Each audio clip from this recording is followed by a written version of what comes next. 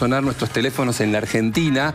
Desde Israel nuestros contactos, conocidos, amigos, familiares, muchísima gente escribía lo que nos describía, nos contaba lo que estaba pasando. Había comenzado el operativo de liberación de los 20 rehenes vivos. Finalmente todos los rehenes habrán sido liberados cuando termine esta jornada. Por parte del grupo terrorista Hamás había comenzado uno de los operativos más cruciales de la historia reciente. Por supuesto que también, de alguna manera, el fin de la guerra, si se quiere. Esto lo podemos analizar de muchos modos, pero los terroristas de Hamás finalmente liberaron 20 rehenes israelíes, entre ellos 3 argentinos. Sonaba el teléfono de modo insistente. Esto comenzó a la medianoche de la Argentina. Madrugada de Israel, muchísima gente. Era una especie de... Fueron más o menos 36 horas de mucho vértigo, de mucha adrenalina, de mucha expectativa, de muchas noches trepidantes, si se quiere, de inquietud. La Plaza Rabin, allí en el centro. Ahí estamos viendo imágenes de los momentos en que empiezan a aparecer. Cruz Roja recibe los rehenes, luego las fuerzas israelíes los trasladan, los familiares desde diferentes puntos, siendo espectadores por circuitos de TV de lo que venía ocurriendo, y finalmente los encuentros allí en Israel. Vamos derecho a Tel Aviv, allí en la Plaza Rabin, donde muchísima gente está congregada. Es un día muy, pero muy emocionante, de verdad. Incluso les digo que me está hasta costando articular porque es emocionante realmente lo que está pasando. Allí está Fernanda Kobelinsky, que es la enviada especial de Infobae a Tel Aviv. Fernanda, ¿cómo estás? Gonzalo y el equipo de La Mañana te saludan. ¿Cómo andan? Buenos días. ¿Me escuchan bien? Perfecto, Fernanda, y te vemos también muy bien. Contanos cuál es el escenario y cómo se viven estas horas allí. Bueno, te cuento, me tuve que alejar un poquito de la Plaza de los Rehenes porque de repente como que me doy vuelta, perdón, ahí voy. La Plaza de los Rehenes hay como muchos problemas con la conectividad, así que me tuve que alejar un poquito para poder tener esta conversación, pero los escuchaba y sí, fue una noche larguísima acá. Piensen que acá ya son como las 4 de la tarde. Desde la medianoche la gente empezó a llegar a la Plaza de los Rehenes. Ayer ya había muchos rumores que podían adelantarse de la liberación de los rehenes. En este caso, los rehenes que mantenía Hamás desde el 7 de octubre con vida. Claro. Porque todavía tiene 28 cuerpos. Claro.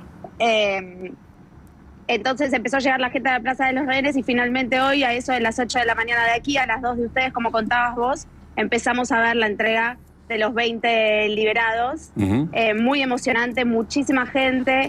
Y cuando te vas alejando de la Plaza de los Rehenes, ves cómo empiezan a llegar cada vez más personas con banderas de Israel, con el lazo amarillo tan distintivo de los familiares de los rehenes, de Bring Them Home. Y empiezan a salir adelante las historias, como decías vos, 3 argentinos, Ariel y David Cunio, que la llamaron desde el cautiverio en Gaza, porque jamás les permitió hacer una llamada. Si me permiten la opinión, creo yo que porque no pudieron hacer el show que siempre hacen cuando entregan rehenes, entonces querían aparecer de alguna manera y empezaron a permitir algunas llamadas a los rehenes antes de ser liberados, porque ellos fueron liberados en la segunda tanda, que fue a las 10 de la mañana en Israel. Y Silvia Cunio contaba que no atendió la llamada porque no conocía el número. Claro, no reconoció la videollamada. Claro. Exacto. Y de repente atiende a la segunda y aparecen los hijos en su pantalla. Así que muy emocionante. También el regreso, tremendo. El regreso de Ethan Horn. Que volvió después de que vio cómo se llevaban, cómo su hermano recuperaba la libertad en febrero pasado. Pero son los hijos de Isik, ¿no? Que es un hombre que tanto que está frágil de salud y tanto se prestó a entrevistas que le hicimos desde aquí una y otra vez, ¿no es cierto? Sí, nosotros hablamos con él el viernes, nos dio una entrevista muy linda también, muy esperanzado, con un poco de miedo, obvio, porque las últimas horas fueron muy difíciles acá para todos los familiares de los rehenes, porque obviamente es muy frágil, es muy volátil todo. Pero bueno, el primer paso, que era la liberación de los rehenes con vida, sucedió. Eso fue hoy. Se espera que esta tarde aparezcan algunos de los cuerpos. Ese es el otro gran temor que tienen los familiares, es que no se puedan recuperar todos los cuerpos de los rehenes, que algunos fueron asesinados en cautiverio y otros Son cuerpos que recuperaron de aquí, desde Israel, el mismo 7 de octubre, que murieron en algunos kibutzim, estas comunidades que fueron atacadas en el sur de Israel, y los terroristas de Hamas se llevaron sus cuerpos. Claro. Les pido disculpas porque no sé por qué se me sigue dando vuelta la pantalla. No te preocupes que si no los mareo, sigo haciendo eso. Fernanda, esta conversación tiene el valor de estar en el lugar y de la cobertura de la noticia. No te preocupes que salga como salga. Lo que te quiero preguntar es... Bueno, y le decía... Sí, decime. No, sí, está en paralelo, y estaba viendo imágenes de Ramallah. Está en paralelo la devolución de detenidos palestinos, ¿no? También está sucediendo. Ya comenzó, ¿no? Ya comenzó. Sí. ¿Qué nos puedes decir de eso? Más de 2.000. Más de 2.000 detenidos palestinos. Sí, el acuerdo, el que me dio Trump y que alcanzaron entre Israel y Hamas, habilitaba la liberación de excarcelación, si querés, de muchos presos palestinos y todos los que habían sido detenidos después del 7 de octubre. Eso empezó a suceder, ni bien todos los rehenes israelíes con vida llegaron a territorio israelí. Entonces, vos pensás que primero hubo un contacto entre Hamas y la Cruz Roja se acerca a ese punto de encuentro que le habilita Hamas, le entrega a los rehenes israelíes, la Cruz Roja lleva a esos rehenes israelíes, que fue en 2 tandas, uno a las 8 de la mañana con 7 rehenes y otro a las 10 de la mañana con 13. Las fuerzas de defensa de Israel trasladan a esos rehenes, los revisan rápidamente en algún lugar seguro dentro de la Franja de Gaza. Recuerden que Israel se retiró una línea demarcada por el acuerdo de Trump, y después los trasladan hasta la base de Reim, que es una base en el sur de Israel, muy cerca de la Franja de Gaza, la base más cercana que tiene Israel, cerca de la Franja de Gaza. Ahí es donde se encuentran con sus familiares, etcétera. Una vez que eso sucedió, empezó el proceso para la excarcelación de los presos palestinos, que ya estaban siendo reubicados en distintas cárceles del país para empezar a trasladarlos hacia Ramallah, como vos bien contabas. Así que seguramente yo todavía no lo vi porque estaba escuchando a Trump, que estaba terminando de hablar. Ya deben haber empezado también las celebraciones en Ramallah con la llegada de sus presos. ¿Qué se dice de Trump allí? Porque la verdad que lo que recibimos acá es que están todos, como un héroe lo están tratando, y hay como un consenso, ¿no? De que es uno de los... hasta el sector de más radicalizado de izquierda en Israel habla bien de Trump. Qué va. Trump es el artífice de este acuerdo, así lo reconocen todos los familiares de los rehenes, incluso los que se llevan pésimo con Netanyahu, que hay un montón, por no decir la mayoría.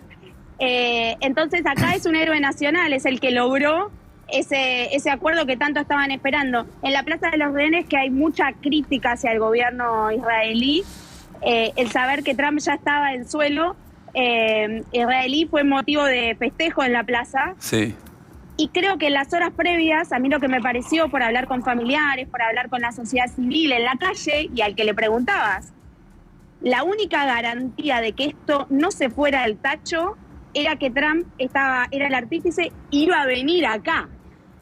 Entonces, ¿cómo va a venir acá Trump si no van a recuperar a los rehenes? Entonces, anoche cuando todo se demoraba, empezó el nerviosismo, pero como Trump reafirmaba que él iba a estar aquí en Israel, eso es lo que traía tranquilidad. Que sostuviera el viaje Trump era un indicio de que iba a suceder. Era el mayor garante para que era. El único, te diría, para ellos. El único interlocutor válido. Y de hecho, los familiares hoy, antes de que Trump hablara, fueron hasta Knesset, obviamente no de los que estaban siendo liberados hoy, sino familiares de otros secuestrados ya liberados o de fallecidos, se reunieron con Trump, y ahí estaba Netanyahu también sentado al lado de Trump, sin dar mucha opinión, les diría que ni siquiera habló, porque es una foto que Netanyahu siempre busca y le cuesta muchísimo conseguir. La de las familiares. Exacto, la de los familiares. ¿Y cómo sigue ahora la situación de Netanyahu, digamos, después de este avance? Vos decís el artífice es Trump, así lo percibe también la sociedad israelí. ¿Cómo es la situación ahora hacia adelante? Bueno, a ver, Netanyahu mejoró su cotización, si se quiere decir de alguna manera, en los últimos días, porque logró el acuerdo y nadie pensaba que él iba a aceptarlo. Va a haber elecciones y esto es una democracia parlamentaria, habrá que ver qué alianzas hace. El sector más radical, más ortodoxo del gabinete le quitó su apoyo por haber aprobado este acuerdo, pero probablemente haya un acercamiento. Hoy Trump en un pase casi de comedia durante su discurso, le dice a Netanyahu, ya no estás en guerra, Bibi, ya podés ser más amable con Yair Lapid. Yair Lapid es el líder de la oposición, buscando unidad para que puedan tener una negociación que los lleve a un gobierno. Cuando estalló el 7 de octubre, Netanyahu y Lapid hicieron gobierno de unidad. Cuando Netanyahu demoró las negociaciones, Yair Lapid sale de ese gobierno. Entonces me parece que el discurso de Trump de hoy va en ese sentido. Pero dale, Bibi, ya no estás en guerra, le dijo. Tremendo, ¿no? Como juega el fleje. Gracias, Fernanda. Y lo expone. Vamos a volver todo. Volvemos a vos en cuanto tengas novedades. Si hay algo, avísanos. No haberlos mareado. No, fue muy interesante escucharte. Avísanos si pasa algo que tenga relevancia y volvés al aire. Te mandamos un abrazo. Fernanda Kobeninsky, la enviada especial de Infobae a Tel Aviv. Veamos el momento en que Silvia Cuño, la mamá de David y Ariel Cuño, contaba esto de la llamada telefónica y la emoción. Dale, vamos.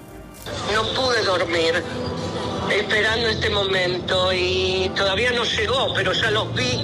Me llamaron por teléfono a mí, a la mamá. ¿Entendés? Me llamaron a mí. Al principio no rechacé la llamada de vídeo porque no sabía quién era. Y después me volvieron a llamar y atendí, de repente los veo a ellos y los chicos todos acá gritando, mis hijos, mi marido, la novia, la esposa de David. Yo los vi bien, pero no los vi físicamente todos, pero ellos dijeron que estaban bien. Impactante, ¿no? Impactante. Este es el audio que yo recibí en la madrugada y no lo podía creer cuando lo escuchaba. Digo, no, tremendo. Claro. ¿Saben qué me pasa con Israel? Es tan argentino Israel. Escuché a esta mujer hablando, es una argentina de Villa Crespo, es una porteña de Villa Crespo hablando, ¿entendés? Claramente, y lo es seguramente. Es tan argentino Israel en su forma de discutir las cosas. Es un país muy, pero muy familiar. Entonces, me impacta esa cercanía. Y otra cosa que quiero decir, más por lo que preguntaba Maru de cómo sigue. Es una democracia muy sólida y muy dinámica. Si vos mirás la historia de Israel desde la fundación del Estado de Israel en 1948 hasta la actualidad, los cambios de primeros ministros, la discusión, la tensión entre las fuerzas partidarias es bastante bipartidaria, de derecha e izquierda, y es dinámica. Que salga uno y entre otro no es una anomalía. Pero Netanyahu hace bastante que está. Sí, está hace bastante y puede llegar a volver porque son tipos que tienen una gran capacidad de resiliencia política. Hasta que elecciones hay recién el año que viene. Recién el año que viene, no me queda claro, pero bueno. Igual hace 48 horas que la oposición en Israel está diciendo después de esto tiene que haber elecciones anticipadas. Toda una discusión política. Por eso le preguntaba. Parte de una democracia, ¿viste? No, porque es muy sólida. Siempre está bien marcar eso. Es como, de un lado hay un país en democracia que está tomando decisiones. Vos podés estar de acuerdo o no, podés criticarlo, Israel tiene todo un debate. Del otro lado no está el mismo sistema. Claro. No hay una discusión democrática. La otra historia es la de Yar Horn. Está conectado Gustavo Rapaporte, que es amigo de Yar. ¿Cómo estás, Gustavo? Gonzalo y el equipo de la mañana Infobae te saludan. Hola, ¿qué tal? ¿Cómo les va? Gracias. Muchas gracias por este espacio. No, gracias a vos por atendernos en este día tan lleno de sensaciones, ¿no es cierto? Lleno de emocionalidad. Contanos cómo lo vivís y qué crónica podés hacernos de estas últimas horas. Una madrugada larga, obviamente estuvimos ahí todos esperando, conectados, viendo por distintos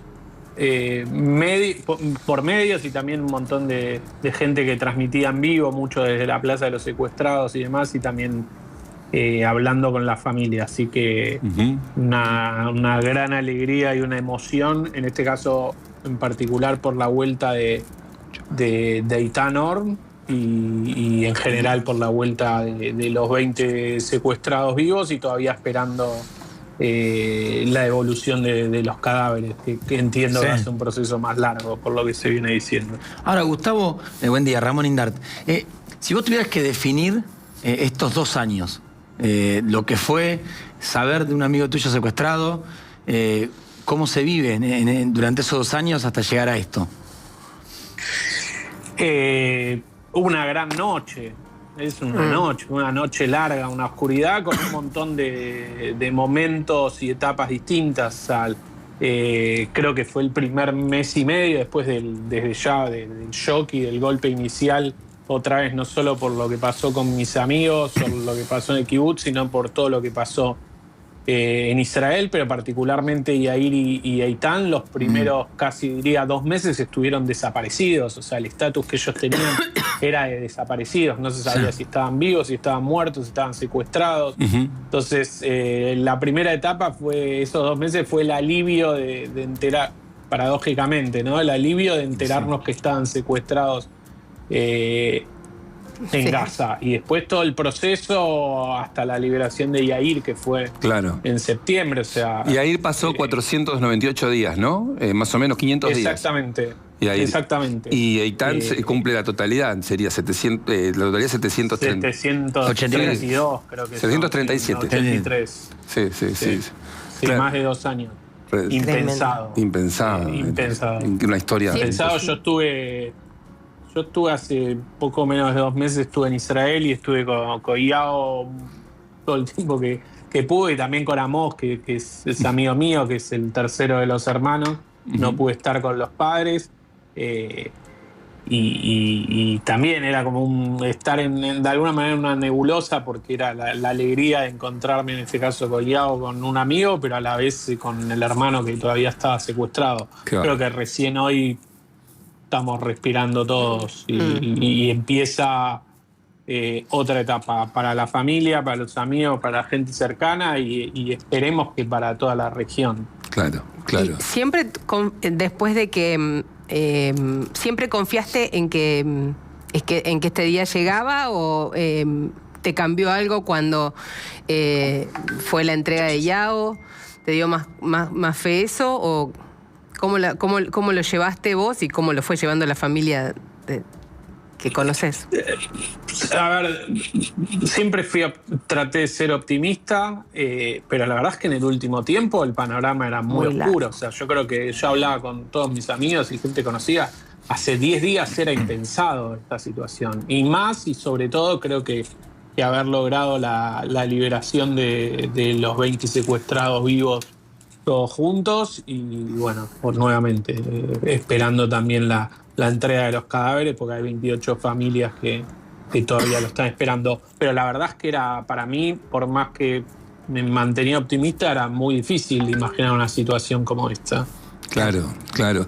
No, recién recordábamos la figura de Sickhorn, que tan amablemente él estuvo tan dispuesto, y fue una persona que entrevistamos mucho en estos 2 años.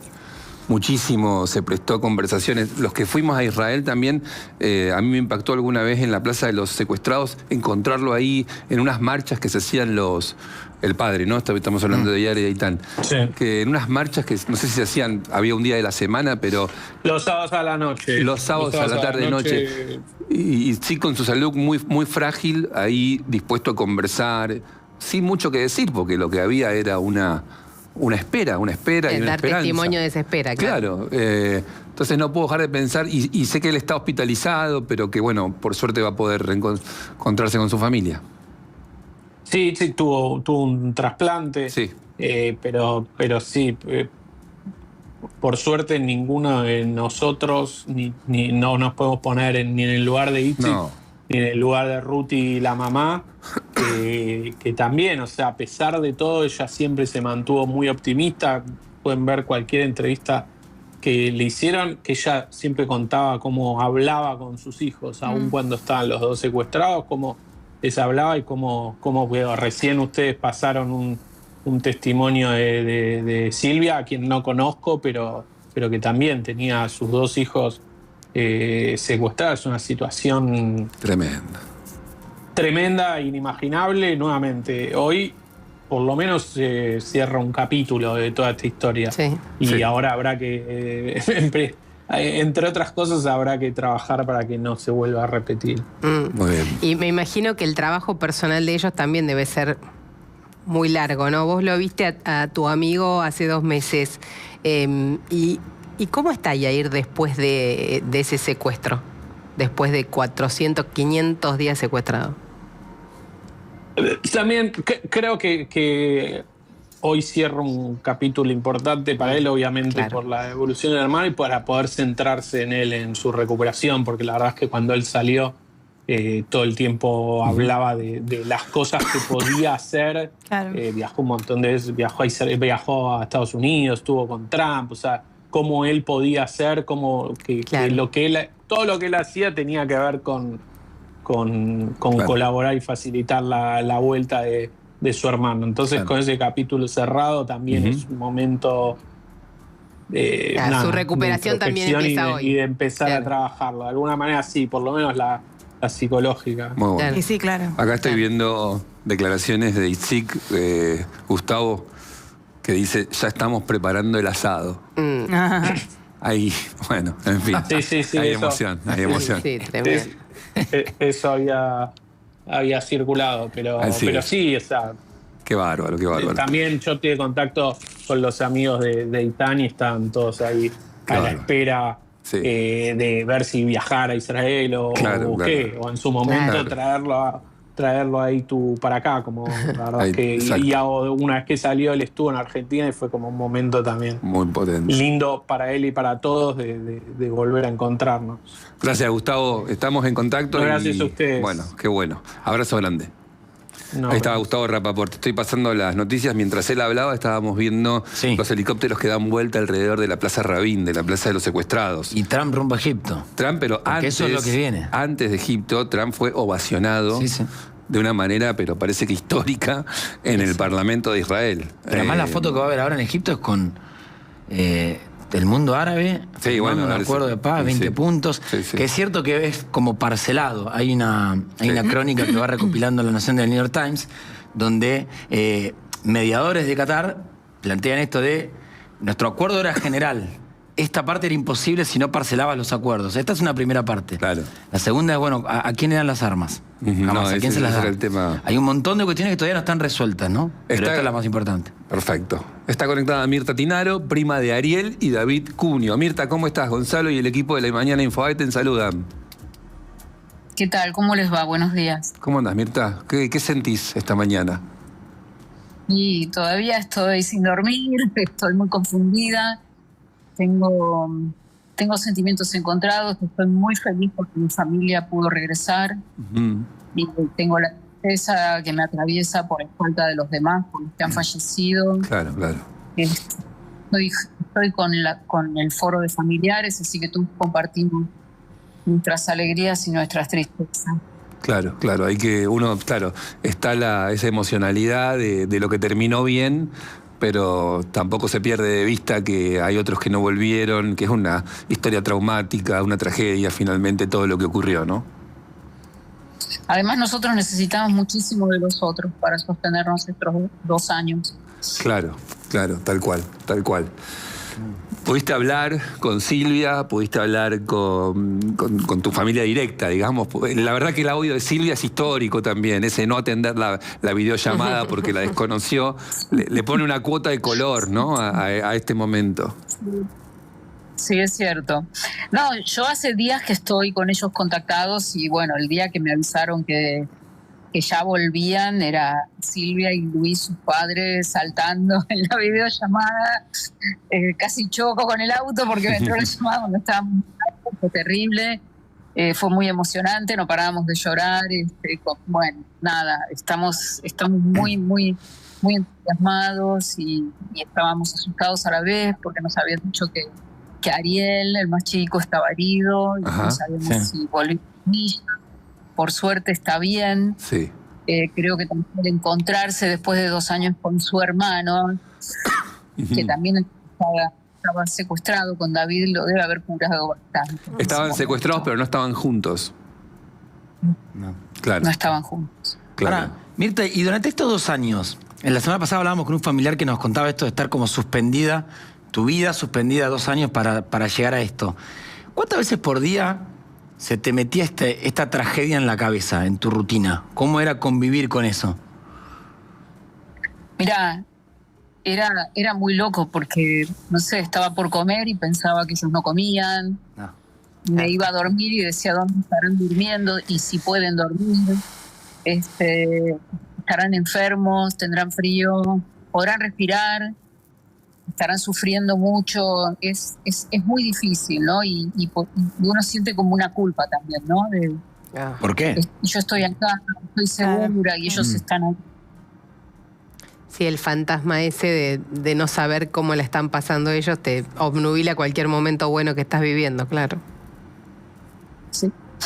Por eso fue muy necesario el apoyo de los otros, ¿no?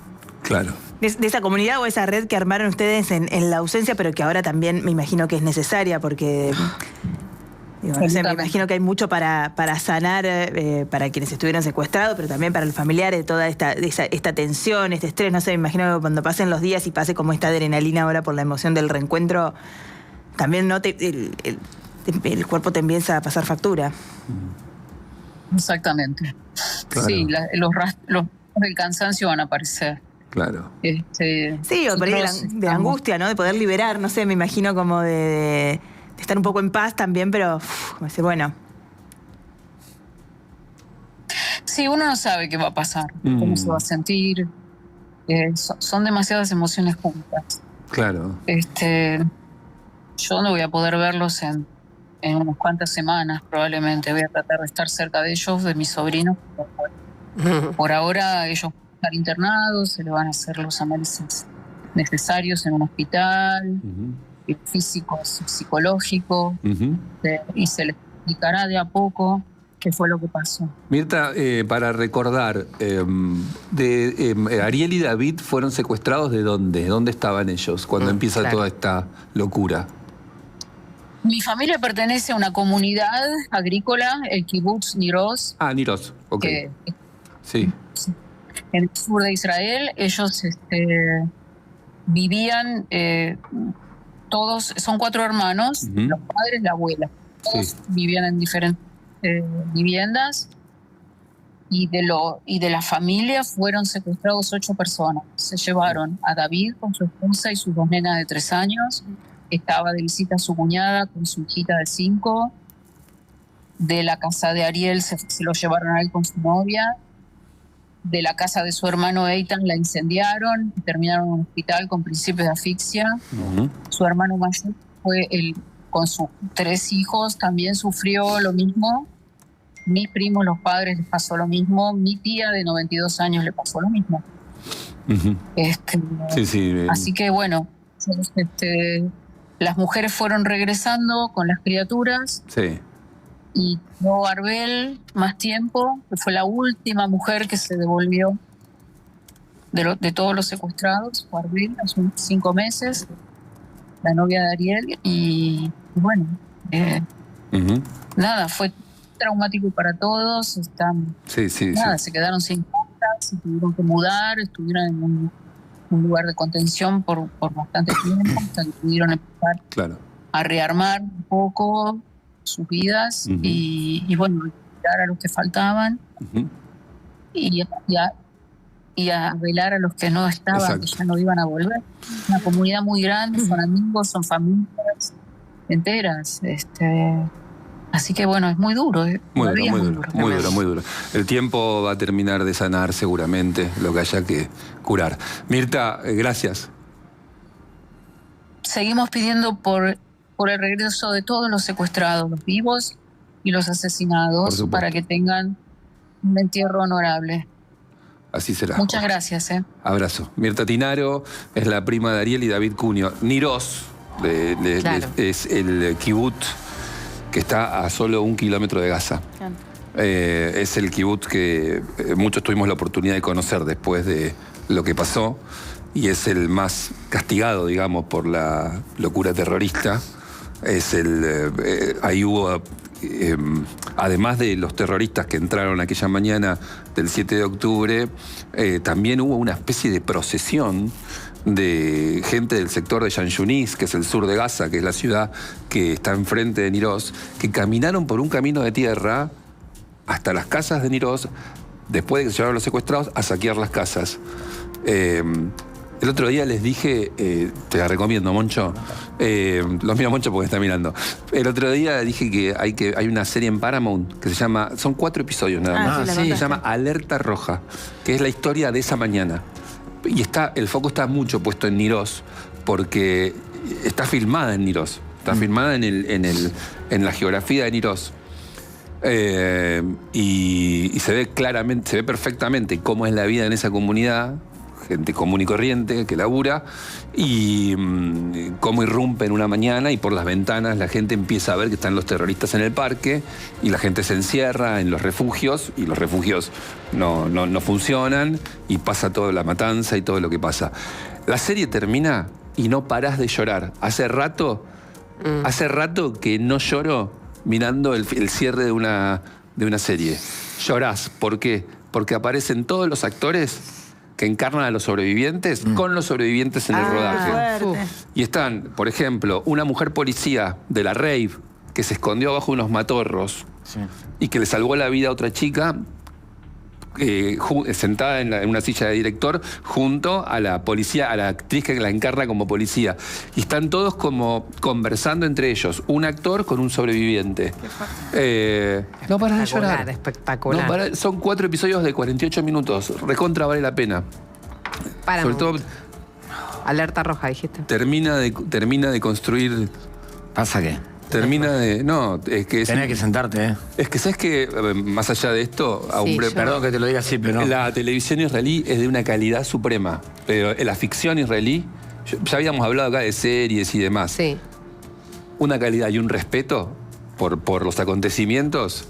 Ahí estamos viendo el momento en que ya creo que son 2.000 los presos palestinos, muchos de ellos con procesos abiertos muy potentes. Había 250 al menos que tenían como un rango de peligro, de alta peligrosidad.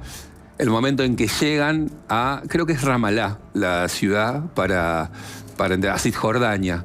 Es en paralelo el operativo que se articuló mientras Cruz Roja recibía a los rehenes dentro de Gaza y los trasladaba para que quedaran a disposición de las fuerzas de defensa israelí.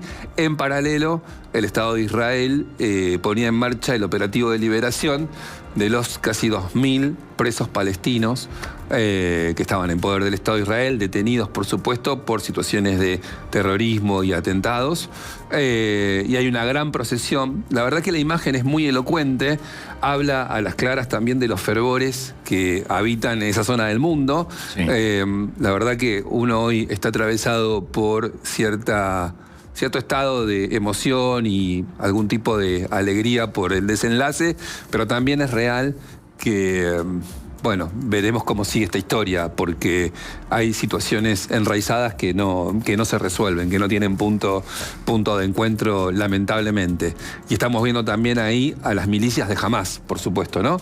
Que están ahí siendo escolta de las personas liberadas. Repito. Que hace unos minutos estaba leyendo el cable, habla con Al Jazeera, el director de oficina de prensa de prisioneros palestinos de Hamás. Sí. Claro, lo que vos marcás, dice: hoy es un gran día para la historia de Palestina. Claro. Porque hemos recuperado a nuestros presos políticos. Claro, claro. Exactamente. Es impresionante. Está bien, es muy oportuno que cuentes lo de Al Jazeera, porque es la mejor manera de mirar el conflicto desde el otro lado, ¿no es cierto? Desde el lado de cómo mira... Y la imagen de la gente volviendo a Gaza. Sí, impactante. La gente volviendo a un lugar completamente arrasado. Había un testimonio que decía esto de vuelvo a mi casa, aunque en realidad mi casa ya no existe. O sea, está volviendo a un lugar donde sabe que no hay más. Sí, totalmente. Bueno, este es un día histórico, es este lunes 12 de octubre de 2025, será recordado como un día crucial, punto de quiebre, una bisagra hacia lo que vendrá, que no sabemos bien qué es, pero se supone que viene un tiempo de sosiego después de tanta locura, después de esa respuesta de Israel al atentado terrorista del 7 de octubre que derivó en 67.000 personas muertas. Ese es, digamos, el saldo de todo esto que comenzó aquella mañana de octubre con los terroristas secuestrando gente allí en los kibbutz y en otros puntos de Israel. También volvemos a ver las imágenes de la plaza Isaac Rabin, la plaza de los secuestrados. La Plaza Rabin, recuerden que es porque allí fue asesinado Rabin en el año 2007, Isaac Rabin, después de un discurso político importante. No recuerdo puntualmente cuál era la discusión, pero allí fue asesinado uno de los líderes israelíes más importantes de la historia.